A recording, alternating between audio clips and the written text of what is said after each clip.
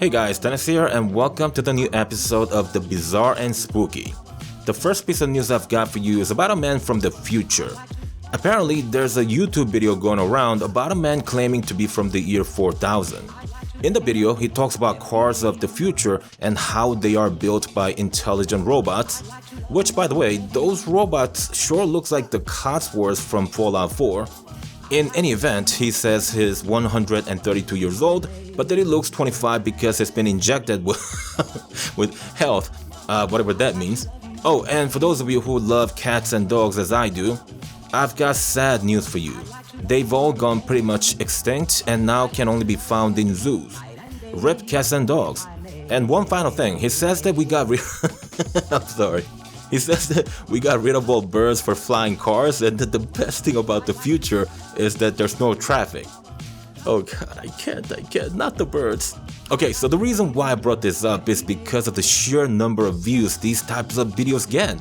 Do a YouTube search for man from the future and what you find is millions upon millions of views. I've been making the wrong type of videos on this channel.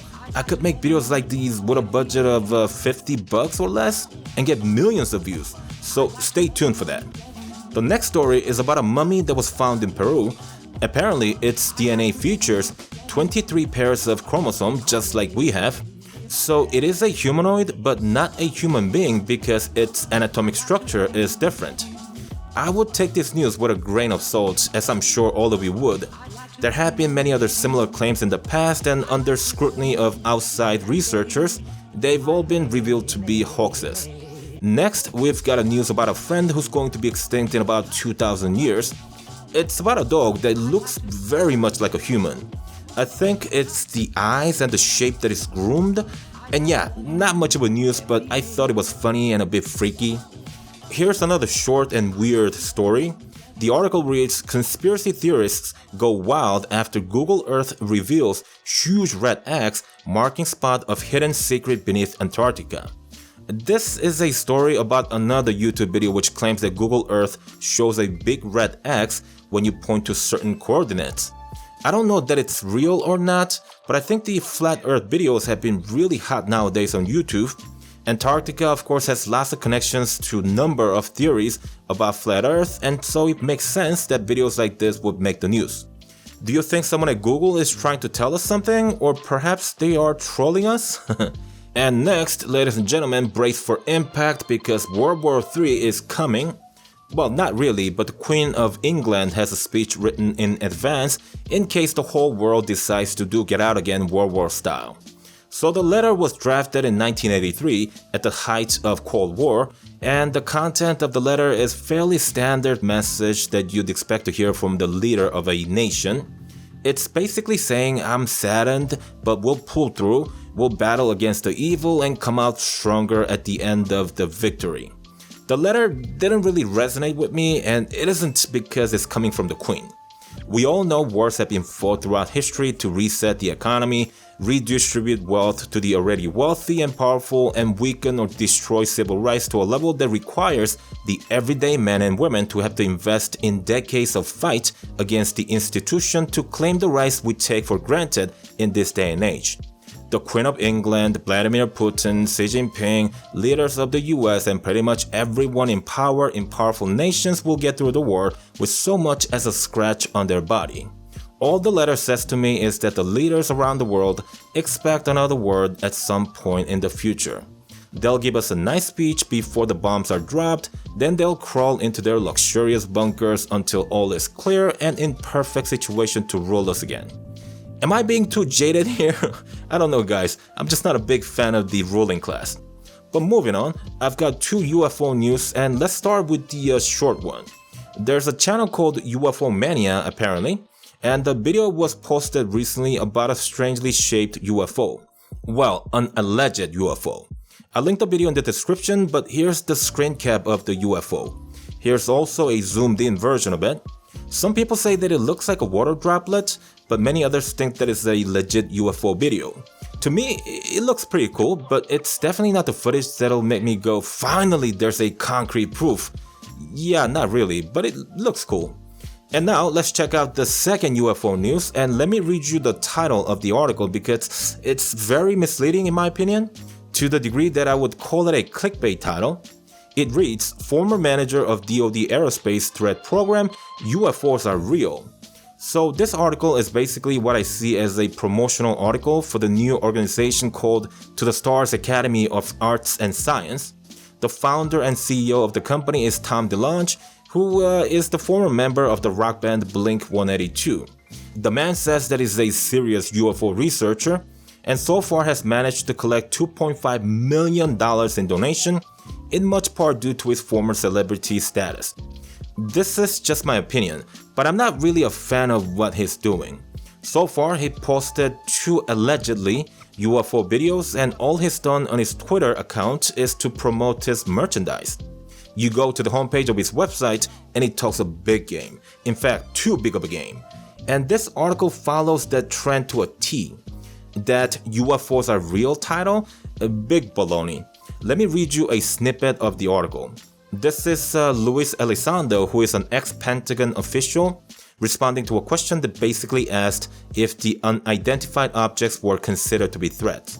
Mr. Elizondo answered, "They did not exhibit overt hostility," he said, "but something unexpected is always assumed to be potential threat until we are certain it isn't.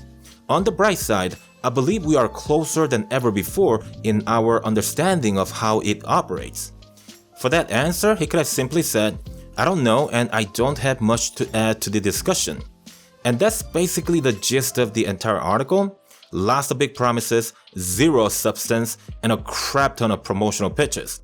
You may think that I'm being overly critical of them, and I am because I'm a big fan of the whole UFO research community. I can't say that I believe in UFOs and aliens 100% until I see an alien with my own eyes. But I do believe it's important to have discussions on the subject and continue digging on the evidence to separate the truth from lies. I just think organizations like this does more harm than good, promising to disclose classified government information when the reality says that you can't really do that without risking jail time. I mean, who cares if you are a former DoD or CIA employee? What's classified is classified, and you can't talk about those things in public just because you used to work for the government.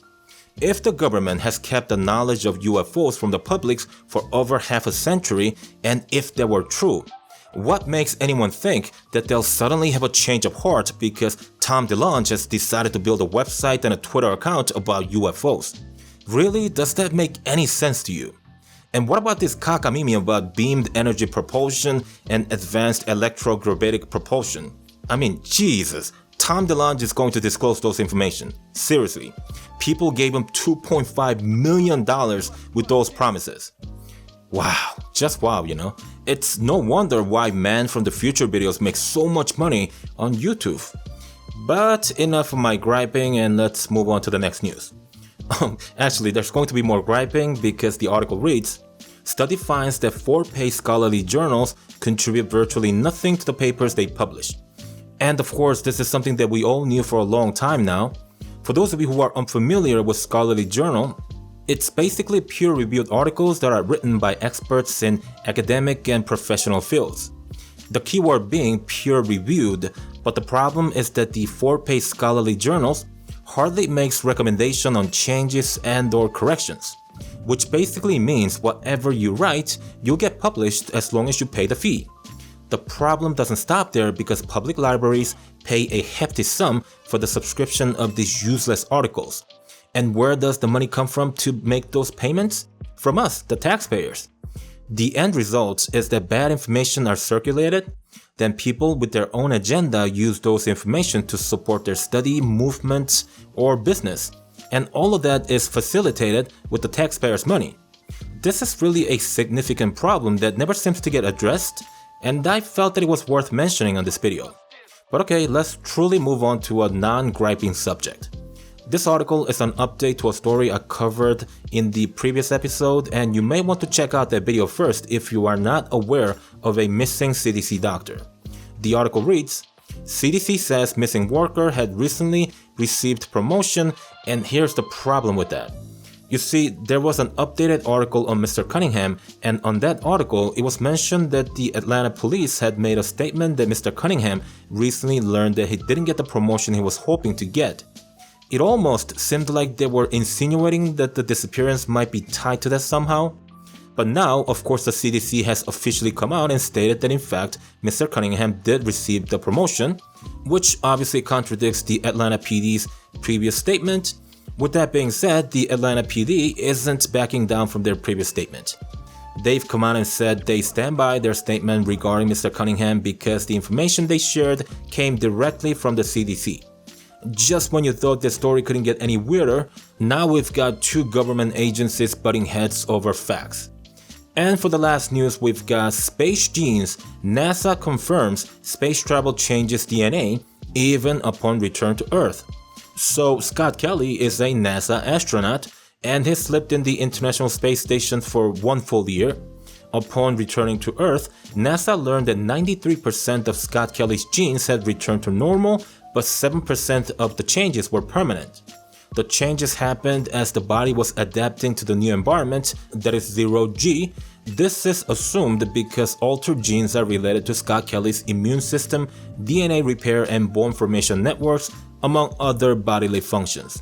Scott Kelly is a perfect specimen to compare the changes because he's got an identical twin brother who also happens to be an astronaut working for NASA. The twin brother has also been in the International Space Station, but his stays were much shorter than his brothers.